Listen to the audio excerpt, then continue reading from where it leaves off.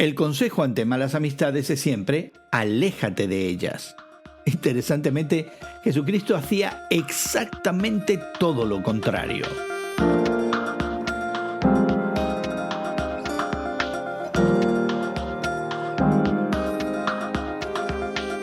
Gracias por acompañarnos entre amigos esta conversación semanal sobre la fe cristiana y el mundo contemporáneo que tenemos Guillermo Serrano, Elsa Masón y tu amigo Gerson García. Tal vez eres una persona de fe que proteja su reputación y que busque vivir agradando a Dios. Pero también tienes amigos que no encajan en tus moldes cristianos. Amigos que salen de parranda, toman malas decisiones o simplemente tienen mala reputación. Tu madre, tu pareja, las personas de tu iglesia te dicen que te alejes. Es más, a tus hijos tú les dices exactamente lo mismo. Aléjate de ellas. Hace poco Christianity Today publicó en Estados Unidos un artículo que llamó la atención de muchos. Pastores cristianos están frecuentando nightclubs en Kenia. ¿Sí? Como lo oíste. Y lo interesante no es lo que hacían y decían ahí. El mensaje era el mismo de siempre. Esperanza, gracia, nueva vida. Lo que realmente provocó la conversación, incluso incomodidad, fue el lugar donde eso sucedía. Un nightclub. Un espacio que para muchos cristianos queda automáticamente catalogado como terreno prohibido. Y ahí surge una pregunta que vale la pena hacernos. ¿Por qué algo así se vuelve noticia en un medio cristiano norteamericano? Tal vez porque arrastramos una herencia fuerte del protestantismo evangélico angloamericano que está profundamente marcado por una tradición puritana. Una tradición que nos enseñó a cuidar la reputación, a mantener un buen testimonio y muchas veces a marcar una distancia muy clara, casi física, entre la Iglesia y el mundo. Después de todo, la pureza ética, moral y práctica verdaderamente es una virtud cristiana. Pero lo curioso es que aquello que produce tanto escándalo institucional en el día de hoy es justamente el tipo de lugares donde Jesús parecía sentirse cómodo. Fiestas llenas de mala gente, casas mal vistas, gentes de mala reputación. Y mientras nuestra tradición aprendió a entender la pureza como separación, los evangelios parecen presentarnos una pureza distinta, una que no huye, sino que entra, que busca, que rescata. Tal vez el problema no es a quién nos acercamos, sino desde dónde aprendimos a entender la pureza. Hoy conversamos justamente de eso con Guillermo y Elsa. Pero antes de continuar, déjame invitarte para que nos acompañes y compartas esta conversación regularmente. Si este tipo de conversaciones te gustan, si te invitan a pensar con más profundidad, si te haces preguntas y miras tu fe de otra manera, te animamos a seguir Entre Amigos con Gerson García. El podcast está disponible cada semana de forma gratuita en Spotify, YouTube y Apple Podcasts. Al suscribirte también ayudas a que este espacio continúe creciendo y alcance a más personas que, como tú, están buscando vivir una fe más auténtica. Y si este episodio te parece interesante, compártelo. Compartir no es solo reenviar un enlace, es verdaderamente abrir una conversación, crear un punto de encuentro y añadir a otros a este camino de escuchar, reflexionar y aprender juntos. Pues resulta que la revista Christianity Today, en tonos anecdóticos, nos cuenta sobre este pastor, sacerdote anglicano de Kenia que se va a los clubes nocturnos, a las salas de fiesta, a las discotecas, a los antros. Esa es una palabra muy típica de la época de Guillermo. No sé, Elsa, cómo tú los conoces en México, ¿verdad? Pero se va a estos lugares de mala reputación a predicar el evangelio. Qué cosa tan novedosa. No, pero que no alguien... necesariamente son de mala reputación, son así como que ten cuidado nada más. ¿Cómo que no? Son de terrible reputación, ¿verdad? Mi abuelita se hubiera echado las manos a la cabeza pensando que este pastor iba a los clubes nocturnos a predicar el evangelio. Yo, teniendo aquí en este grupo a un pastor, Guillermo por muchos años ejerció ese ministerio pastoral y parte del pastoreo es a veces ir a rescatar a las ovejas. No sé, Guillermo, si tú tuviste en alguna ocasión que ir a algún antro de perdición, ¿verdad? Como se les conocían, a rescatar alguna de tus ovejas. Mi padre como pastor lo hizo en un par de ocasiones, ¿verdad? Pero no sé si a ti te tocó eso A mí me también. tocó en varias ocasiones que me llamaban las esposas para que yo fuera el rescatador de algunos cónyuges que estaban pasándolo muy bien, en sus propias palabras. Y entonces yo me tenía que escabullir entre los bailantes y entre la gente que estaba ahí, que se llevó con sus copas en la mano, y que me ofrecían todo tipo de tragos y qué sé yo, y que me veían tan vestido formalmente al lado de ellos, y me veían de una pieza, no tenía ningún tipo de mareo. Me invitaban inmediatamente, pero entonces encontraba yo al fugitivo, hablaba a gritos con él porque la música era estridente, y entonces lo tenía que agarrar de un brazo y sacarlo a un pasillo y conversar con él y llevarlo afuera y todo eso.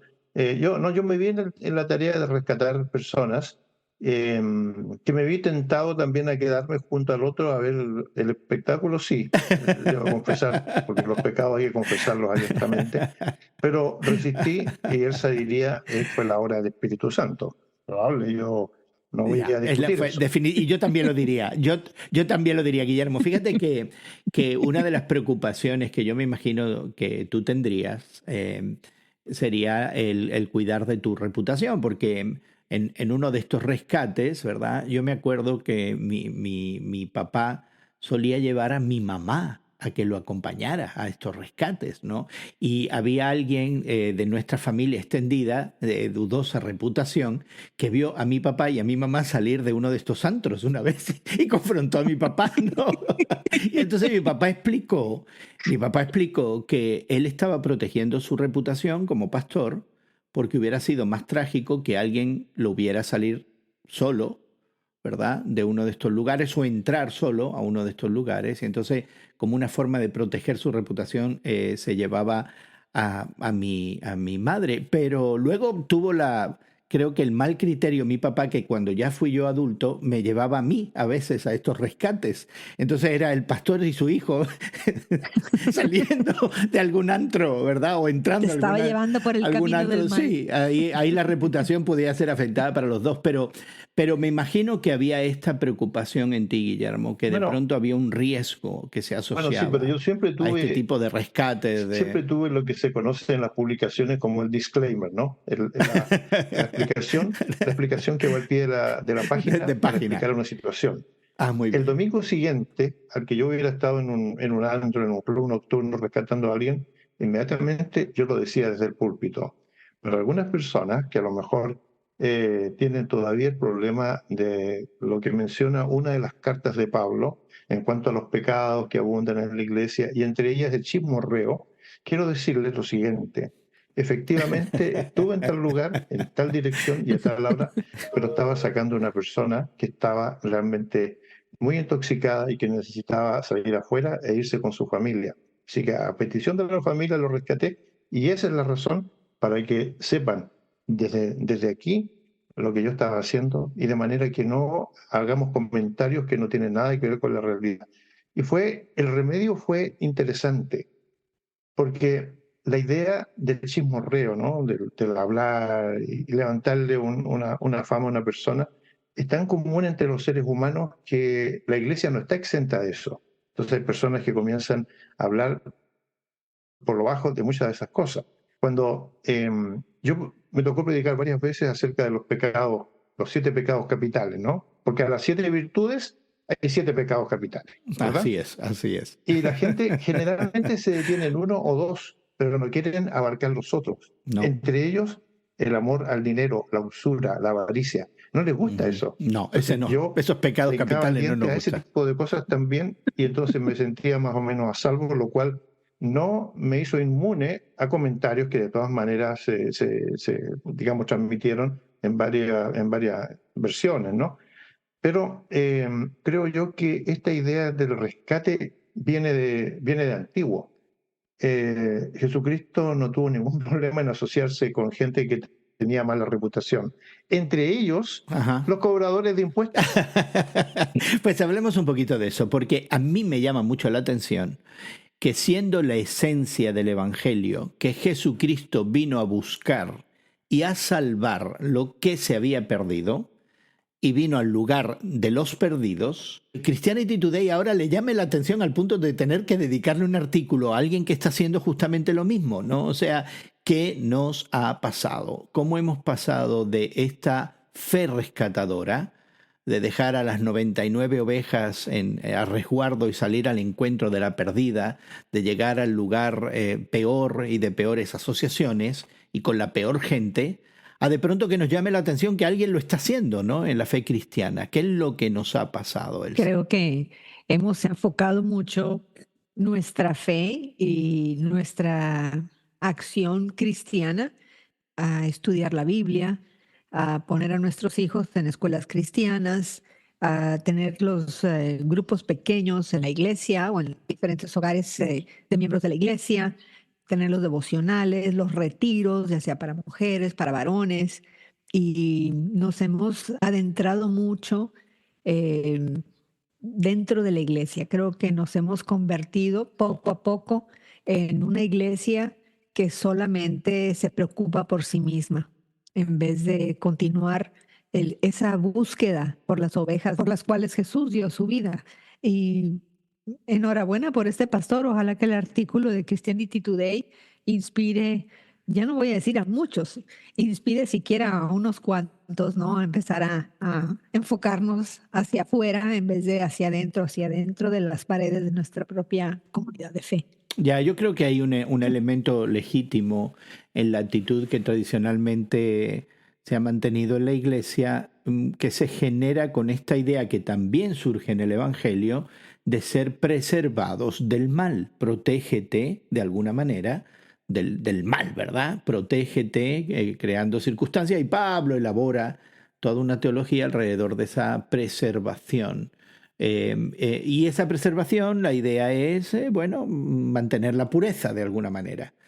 Pero parece que aquí el problema, Guillermo y Elsa, es que la pureza y esa necesidad de ser preservados del mal, que es legítima, se ha convertido en un obstáculo a ir a buscar lo que se había perdido de alguna manera, ¿no? Que no estamos entendiendo bien estas dos realidades, que por un lado sí, necesito no exponerme al mal y entonces evito situaciones, gente, ideas que puedan ser nocivas, ¿verdad? Prácticas nocivas, pero al mismo tiempo estoy llamado a encarnarme en el lugar de perdición de alguna manera, como está haciendo este pastor en Kenia, ¿no?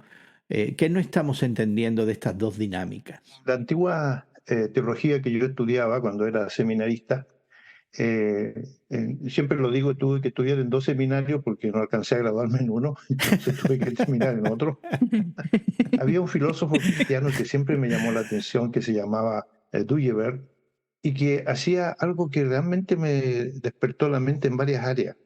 Normalmente en las clases de biología, en la escuela secundaria, hablábamos de los 4 reinos que existen en la naturaleza, ¿no? Mineral, animal, vegetal, qué sé yo, Vegetal. y humano. Pero Dewey dice no son 4 reinos, son 6 o 7, incluyendo el reino mineral, dice él, que tiene que ver con la tierra. Y en todos ellos, Dios es soberano. En todos los reinos, Dios es soberano y debemos hacer patente su soberanía para que nadie escape a su control ni nadie escape a su voluntad. Ya. Entonces yo creo que estas ideas que a mí despertaron una gran curiosidad, nunca han permeado a lo que es la iglesia, la base. En la iglesia hemos construido una especie de república y nunca lo vi mejor que en una mega iglesia a la que yo tenía que llevar amigos y familiares porque querían conocerla, que era Eh, una cosa gigantesca, que tenía varios servicios dominicales, varios cultos de adoración y todo eso. Tenía una cafetería monstruosa en la que la gente se congregaba al mediodía y almorzaban y comían y contaban sus historias y sus cosas. Tenían un lugar para los niños, entretenimiento para los adultos, clases y qué sé yo. La gente se pasaba todo el día, domingo, por ejemplo, allí y se sentían a salvo de la sociedad y de la corrupción de la sociedad. Pero resulta que mientras ellos se sentían a salvo, la gente de afuera estaba haciendo su vida, sus cosas, sus deportes, su entretención, y a lo mejor yéndose de la noche a sus clubes y a sus antros y a lo que fuera, y realmente no había nadie que les dijera, miren, está bien que se diviertan, no hay nada malo en eso, pero también hay que pensar en la otra parte de la existencia y de la vida, en donde tenemos que ser personas relativamente equilibradas en cuanto a lo que hacemos, lo que decimos y cómo actuamos. Entonces yo creo que la iglesia se ha perdido esa parte de ser sal y de ser luz. que también es Mm. un principio que viene de los evangelios, ¿no?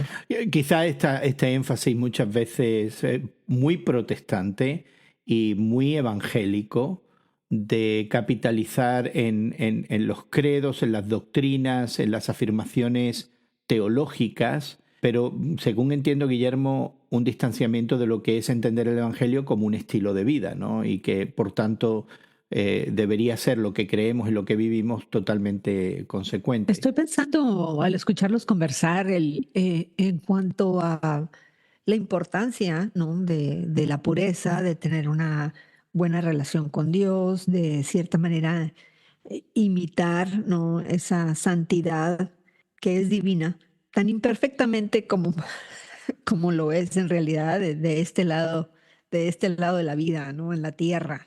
Y sin embargo, creo que de cierta manera nos hemos quedado ahí a mitad del camino, Mm. cultivando nuestra devoción hacia el Señor, nuestro conocimiento de las Escrituras, la protección de nuestras almas, ¿no? De nuestros sentidos, para evitar ofenderle o evitar caer en esa tentación. Y creo que de cierta manera es una vida basada en el temor, en vez de estar basados en la seguridad que nos da Jesús mismo, ¿no? Derramó su sangre por nosotros, estamos cubiertos en ella, quienes hemos depositado nuestra fe en Él y le hemos pedido perdón por nuestros pecados, y Él nos ha preparado para esa batalla del bien y el mal. Y creo que estamos tratando de estar en el campamento, ¿no? Cuando el Señor de otra manera nos está llamando a ir por todo el mundo, por todas las naciones, justo antes de que partiera después de la resurrección y se despidiera de sus discípulos y ascendiera, Él lanzó ese llamado, ese mandamiento de ir a las naciones a predicar su palabra, a predicar el Evangelio, la buena noticia de que hay vida eterna. Y sin embargo nos estamos quedando aquí atrás. Y ahora con los medios sociales estoy viendo que es más cómodo aún el permanecer dentro de nuestras paredes y de cierta manera carecer, ¿no? de Mm. ese contacto con las personas que necesitan del Señor. Me da la impresión que en la narrativa del Evangelio vemos a un Jesús que no está muy preocupado por el que dirán, no está muy preocupado por normas y convenciones sociales, morales en muchos casos, que no está muy preocupado por la normativa y que no está muy preocupado como lo estaban los fariseos por el mantenimiento de la propia pureza en relación a distanciarse de otros seres humanos, ¿verdad? Jesucristo no Ujú. ve a ningún ser humano como contaminante. De hecho, dice que lo que contamina al hombre no viene de fuera, viene de dentro. Así es. Lo que contamina Ujú. viene del corazón humano. ¿Cómo eso nos informaría a quizás imitar a Jesucristo y también imitar a este pastor anglicano, sacerdote anglicano de Kenia que se va a los clubes nocturnos a predicar el Evangelio? ¿Cómo debería informarnos esa actitud de nada de preocupación por el entorno exterior, por el qué dirán, por la chismografía, por los valores sociales y las normativas sociales, y por la posibilidad de contaminación externa, ¿verdad? De Jesús ante la posibilidad de acercarnos al prójimo como Jesús justamente hizo y nos manda que hagamos? Uno, el mandato en un sentido está ahí, explicado en los evangelios, y por el mundo y predicar el evangelio a toda criatura, etcétera, etcétera, ¿no? Pero resulta que nosotros hemos limitado ese mensaje a los que están más cerca, más puros, más santos y quizás más elegantemente vestidos y más decentes, entre comillas, que a los que andan de alguna manera errando por ahí y vagando por ahí y que van a otros lugares buscando algo que les llene, algo que de alguna manera les satisfaga, ante un mensaje que se diluye en cuestiones que son normas humanas, pero que no tienen ninguna relevancia para la necesidad de las personas. Entonces yo creo que nosotros nos hemos ido adaptando a ese estilo de vida y hemos ido dejando de lado lo que realmente a la gente le interesa. Cuando una persona habla de sus problemas, de sus necesidades, quizás su mayor preocupación en ese momento es encontrar a alguien que le oiga, que le escuche, no a alguien que le dé una monserga tremenda, hace todas estas cosas y te irá bien, porque sabemos que la experiencia no se puede traspasar. Y sin embargo, hay mensajes muy breves en el Evangelio. Algunas veces se llamaban como los micromensajes, ¿no? En donde Jesucristo, por ejemplo, dice, no teman, yo estoy con ustedes hasta el fin del mundo. Y ahí acaba su mensaje. O sea, no hay una elaboración del mensaje, no hay una explicación término por término de cómo va a suceder esto. Y por lo tanto, cuando dice, vayan ustedes y hagan lo mismo, no se está refiriendo a un gran dogma, sino a un ejemplo, cuando, por ejemplo, un hombre ayuda a otro que cayó en el camino, es decir, sin necesidad de un aparataje muy doctrinal, hay un ejemplo para seguir. Yo creo que las cosas están relativamente sencillas para que las entendamos. Somos nosotros los que las hemos hecho difíciles. Queremos invitarte a que explores más de esta posibilidad de seguir a Jesús en esa audacia de buscar lo que se había perdido. Y quizás eso no nos haga más cuidadosos, pero sin lugar a dudas nos hace más valientes para amar al estilo de Jesús. Antes de despedirnos, una invitación rápida. Si esta conversación te ayuda a pensar mejor, a cuestionar con honestidad tu fe, a mirar tu fe desde nuevos ángulos, suscríbete a Entre Amigos con Gerson García. Encuentras este podcast cada semana de forma gratuita en Spotify, YouTube y Apple Podcasts o en los sitios de internet de nuestras agencias de distribución ministerioreforma.com y radiomoody.org. Al hacerlo ayudas a que nuestra comunidad de oyentes siga creciendo. Y si este episodio en particular te hizo detenerte y replantearte algo, pues compártelo. Porque compartir no es solo pasar el enlace, es también abrir un espacio para pensar y crecer juntos.